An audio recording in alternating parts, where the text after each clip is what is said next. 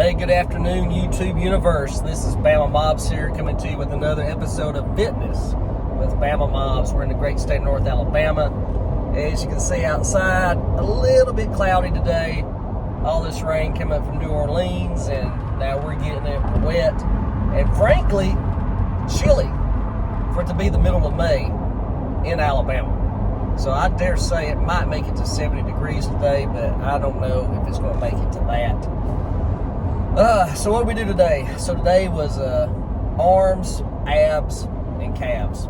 So we got the 3 mile walking. I walked for 1 hour, got in 3 miles. Did that on the treadmill because, again, it was storming outside.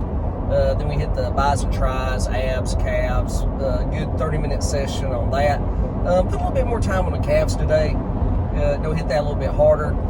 Got back to the house, got the wife, went downtown to the pizza parlor, and I know what you're saying. You're like, oh man, Bama Mobs caved in, talking about all this intermittent fasting and, trying to lose weight and all that. No, I didn't cave in, guys. So I had a large Greek salad with grilled chicken.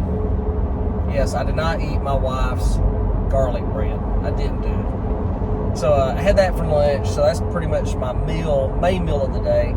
Right before I left the house, I did have a fresh avocado, just raw. I just peeled it, ate it. There it is. That's the nutrition, buddy. So you got to do what you got to do. As I've said before, on this channel, it is all about integrity. So yes, I did have a cave-in today. Last night, apparently at work, someone brought some Edgar's Bakery. So I said to myself, I'm going to bring my wife home a chocolate chip cookie and a corner of some type of fudge brownie, maybe, cake, blondie, I don't know what it was. But anyway, I was fixing to leave the house and come to work, and I took the cookie back into my wife's room, and then I got I saw the cake there, and I said, well, I'm just going to get a corner of it. And it happened that quick, man. It's like, boom, I ate it. I'm like, what just happened? Now technically I haven't broke my fast because I'm still in my eating window, but yeah, we all know, that's something that you don't want to do. I jacked up my insulin levels just then. I know it's just 2 bites, maybe 50 calories in that small amount of gooey goodness is all I can say. But anyway, so I ate that, and so boom, now we're here back on the road, heading towards the ham, and just work, just like y'all guys. You got to get up, you got to go to work, try to figure out how to carve in time for your fitness, and you go from there. One thing I want to talk about today is negative connotations and how they can be positive in a way. I'm sure there'll be a lot of comments about this, but it's controversial. Everybody has an opinion, and leave yours down below, and that's the way it should be. Speaking of down below, hey, if you don't mind, hit that like button. It helps me out. Subscribe to the channel. That would be much appreciated. But now we're going to talk about it. Skinny versus fat. And believe it or not, I've been called both in my lifetime. Let's go to skinny first. Yeah, as a kid, I was like nose tackle, defensive tackle. Got into basketball. And again, being a 7th grader, 8th grader, you don't really realize, I wasn't really noticing my body per se, but everyone else did. I noticed my pants were fitting a lot looser. But yeah, our basketball coach, we ran 10 suicides after practice. That was like during the whole deal. Even at the end of the season where you're coming up on the county championship in middle school basketball, it was like on the line, 10 suicides. We was in some in-shape mothers, man. And I tell you what, you have all this stuff on YouTube about melting visceral body fat and melting fat. Hey, I guarantee you, if you're capable of running 10 suicides 4 to 5 times a week, you're going to melt some body fat. So that happened to me. And yeah, I did have some complex about that. I'm like, well, gosh, I can't really play the position I was going to play, how do I fit in now? And so there's a lot of that stuff went on. But then, the whole skinny thing gave me some motivation to say, oh, wait, I can do something else. I can work on strength. And, it's like through magazines that I'd seen and read, and stuff on TV, Rambo, the A-Team, Mr. T, all that. And so you start getting to the weightlifting routine. So you start talking to kids at school, and some of them are into it. And so then, got out of the skinny phase and got developed, went on to play high school sports, blah, blah, blah. Let's fast forward to age 30, after I'm out of college and everything, working, married, kids, etc. It's just gradual, guys. You're 30 in the waist, then you're 32 in the waist, then you're 34 in the waist, then you're 36, and before you know it, you're a 40 in the waist.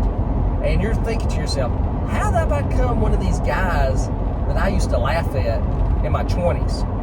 Well, probably those guys I was laughing at in my 20s were probably laughing at me going, hey boy, it's coming. Yeah, you think you're all that now. Wait till a few years and the responsibilities and the stress and the cortisol, life hits you in the mouth. And we'll see how that exercise is going then. And that was right. That was right.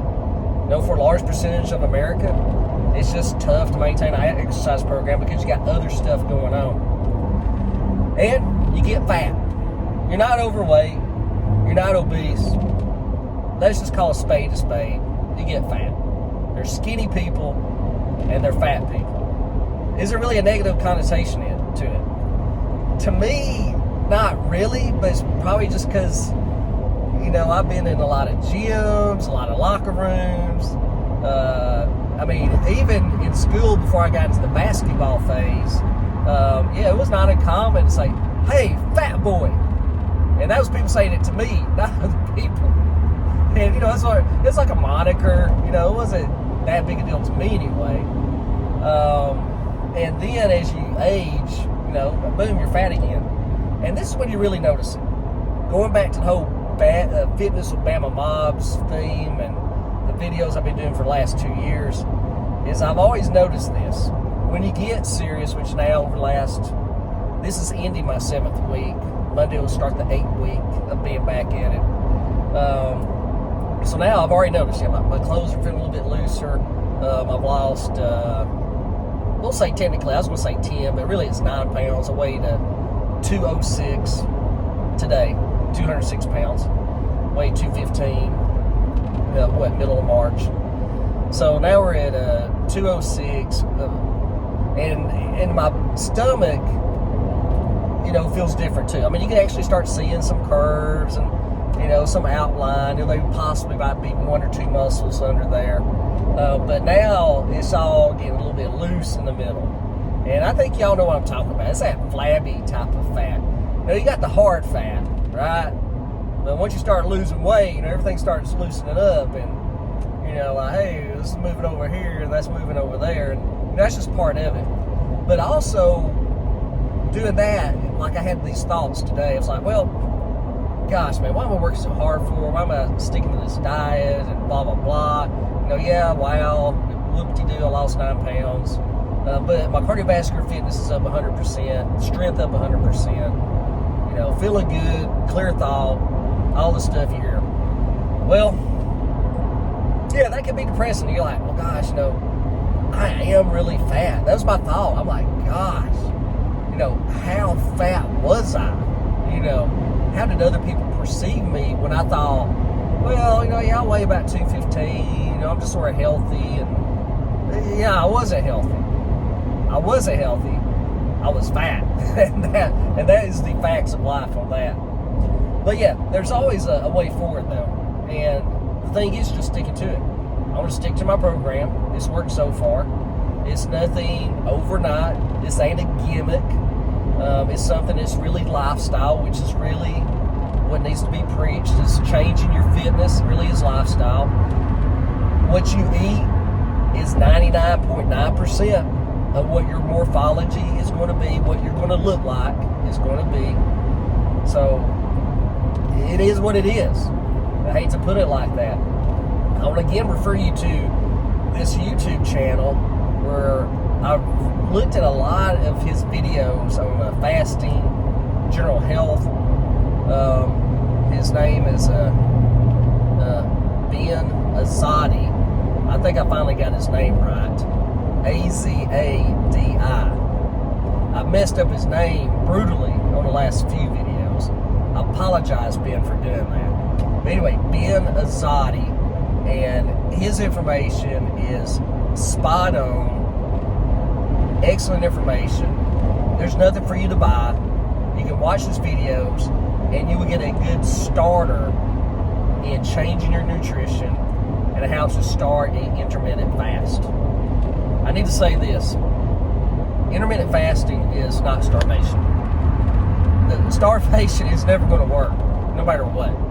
Anybody will tell you that. Runners, weightlifters, football players, hockey players, tennis. You got to eat, man. You got to have energy to perform. You know, any type of fitness activity. Walking, basketball, tennis, whatever it is. So getting back to the nutrition speech, yeah, his is really basic, man. I mean, you eliminate all the bad oils from your diet. You know, if you do cook with oils, I mean, I really don't. I mean, I use olive oil. I was using olive oil to begin with, but corn oil, safflower,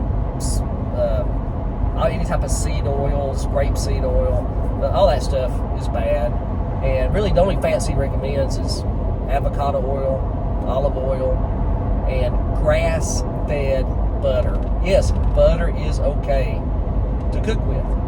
You know, these are good fats that are essential to your body also. Now, there's some of his videos where you look at it, he eats a stick of butter, but he's just trying to prove a point that, you know, it's not bad.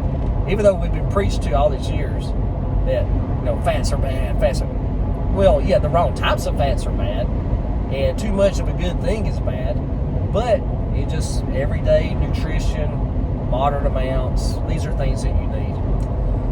So that's one part. The second part, you know, with his program is, of course, you're going to have proteins in your diet. You know, he recommends about what everybody does, you know, like a gram of protein per pound or kilogram of body weight. Not your real weight. That'd be probably too much protein. Carbohydrates, and that's where the hard shift is going to occur. Yeah, so in this fasting program, the one that I'm following on my journey here, aside from that piece of some type of lemon cake, chocolate lemon cake I had today, where I broke down, yeah, so all the breads are gone. Things I thought were okay. Oatmeal, I used to eat a lot of oatmeal. Yeah, read up on the oatmeal, guys. Yeah, it's a carbohydrate, and, you know, it's probably just causing more inflammation to your colon than what you need, and yeah, you just don't need it. So oatmeal, grits, cereals, breads, pastas, anything, basically anything carbohydrate, except for broccoli, collards, turnip greens, vegetables, carrots, tomatoes. It just depends on what type of spike will give to your sugar level. So all those things is going to spike your insulin and send signals to your body to retain fat instead of burn fat. Yeah, those are things you need to stay away from. Sugary drinks. You know, you think drinking orange juice is okay. Oh man, I'm drinking orange juice, it's healthy. No, it's not. Read the bottle, man. It's all sugar. You're just drinking sugar water. You might as well get a glass of water, put like 10 tablespoons of sugar in it, stir it, drink it. It's orange juice without the orange flavor. I mean, that's what it is. So all those sugar drinks you have to get rid of. Proteins, yeah, lean, just what you know already. Lean chicken, lean fish, lean beef, all those are okay. And for the fasting program, yeah, so I eat all my meals within a 6-hour period. And then for the other 18 hours, I don't eat. If I get a tremendous craving, I'm usually drinking green tea frequently, but I will eat a saltine cracker. Yeah, a couple of saltine crackers is the trick for me to sort of get through it. And then the way my schedule is, my workout is in the morning times, so my workouts are all fasting. So I'm getting another benefit from that. And that's a fine line there. You got to have enough glycogen to get through your workout, so at the end you're truly, you know, spent. At least that's my experience. And so I'm still playing around with that. You know, how much glycogen do I need? Today's workout, I got through perfect. I think last night before I went to bed, outside of the fasting period. So like I said, they're going to get integrity on this channel. Yeah, I ain't going to say I cheated, but I had broccoli. Yeah, so I ate some broccoli before I went to bed. I think that was good. You know, I had about, 5, 6, stalks, not stalks, but cloves, so to speak, of broccoli. And, I think I felt a little bit better today. And you can feel it as you work, as you get deeper into your workout. You're like, I'm probably burning fat right now. Yeah, probably not burning glycogen at this point. 2 days ago, I was totally depleted on glycogen, and you can really feel it then. And that's part of the fasting program is that, it's going to be a back and forth. You're going to feel your body, you're going to be able to judge it, you're going to figure out, what's that sweet spot. You got to have glycogen, in your body for functioning. It just depends where you're going to get it from. And it has to be those vegetables, man. That's where you're going to get your glycogen. As I said before, broccoli, Brussels sprouts, squash, all that's A-okay. Knock yourself out. Eat as much broccoli as you want to. It's okay. Multivitamins. I take a multivitamin. I take 2. Just because I'm not eating as much fruit as I used to. Might be running a little bit lower on the vitamin C side. I would dare say strawberries would be okay. I don't think you have as much as a sugar spike that would cause a follow-up insulin spike if you're just eating strawberries. They ain't talking about strawberry shortcake and put the cream on and then sugar and all that stuff. You know what I mean. Yeah, just strawberries, plain, no sugar added. Do that. But anyway, check out that channel. His name is Ben Azadi, A-Z-A-D-I. And I think you'll glean some great information from that. I have anyway. All right, moving on. Next subject. Next week. So tomorrow's Sunday, which I'll do no weightlifting tomorrow.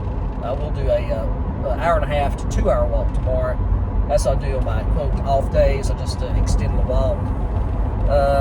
And then Monday, that will start week 8 of the program. So week 8 of, I'm not even calling it programming anymore, man. It's really just becoming lifestyle. It's just like, it's something I do now.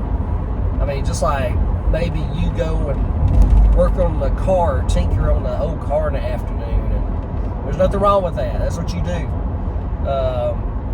But yeah, it's just part of it now. It's just, I get up, walk, weights, back to the house, on with the day. And that's just the way it's working out.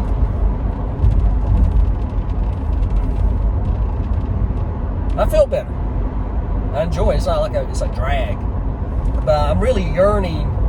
I had some morphology change, very subtle. Only I would pick it up. But I'm looking forward in the summertime to see how this thing is going to pan out. I'm expecting, let's say I weigh 206 today. All I have to do is really clamp down on my diet. If you clamp down, you have every little thing makes a difference. Like even that little piece of cake I had today. I know that sounds crazy. You're like, man, it was only 50 calories, maybe 100. It's not really about the calories. It's about what that did to my hormones. So I ate that cake, piece of it. We're talking about 2 bites, like 50 to 100 calories. That caused a huge spike in my insulin. To trigger, fat deposition. To reverse, the fat burning I'm trying to engage. Is that going to hamper me for 12 hours or so? I mean, that's in the weeds of this that you can get. And it's almost like a bodybuilder. In bodybuilding, I mean, they're in the weeds on nutrition, guys. I mean, I don't care what y'all say. You can talk what you want to about steroids. There are nobody on the planet that can do what bodybuilders do. We're talking about strict regimen, on the gym on time, every hour, every minute of the day planned out, every ounce of meat, carbohydrate. I mean, they got it down to the T for their workouts. And that's the type of attention to nutrition you're going to have in order to make any type of program work. Here's another cliche. You've heard it before. Everybody says it, acting like they're the first one that said it. You can't outwork a bad diet. There's no way. There's no way to outwork. There's no way to out-exercise a bad diet. You can hit the gym hour and a half twice a day, different body parts, be eating triples from Wendy's, Big Macs, and yeah, your morphology is not going to change that much. You're just going to be hiding all the muscles that you're developing, and then it's going to hamper your workouts because you're going to be having insulin spikes and crashes, and your energy levels will be up and down. So yeah, bodybuilders, man, they are nutrition experts. They know everything that's going in their body, how much. They'll get down to the point of, if I'm eating almonds today for my fats, I know I can only have 7 almonds. What is it going to do if I have 9 almonds? And I know you're laughing right now, but yeah, that's how much in the weeds those guys get. And, they study that stuff. Anyway, I gave you a good reference. Dan Azadi, A-Z-A-D-I. Watch his videos. I think you'll get a lot of great information from it. And I want to continue my journey. So we're down 9 pounds. Hey, 9 pounds since the middle of March. Hey, that's about right. And in all honesty, I did tighten up on my diet. And so I was losing slowly. But I got hung up in that 211, 212 range. But just in a week of doing this intermittent fasting, this is like, gone. It's worked. So we'll see how we weigh in tomorrow. Next weigh in, I don't know, probably middle of next week. All right, this video went a little bit long. Hey, I enjoyed talking, guys. That's the reason I do it. Hopefully, you got something out of it. Hit the subscribe button before you leave. Hit the like button. This is Bama Mobs, out.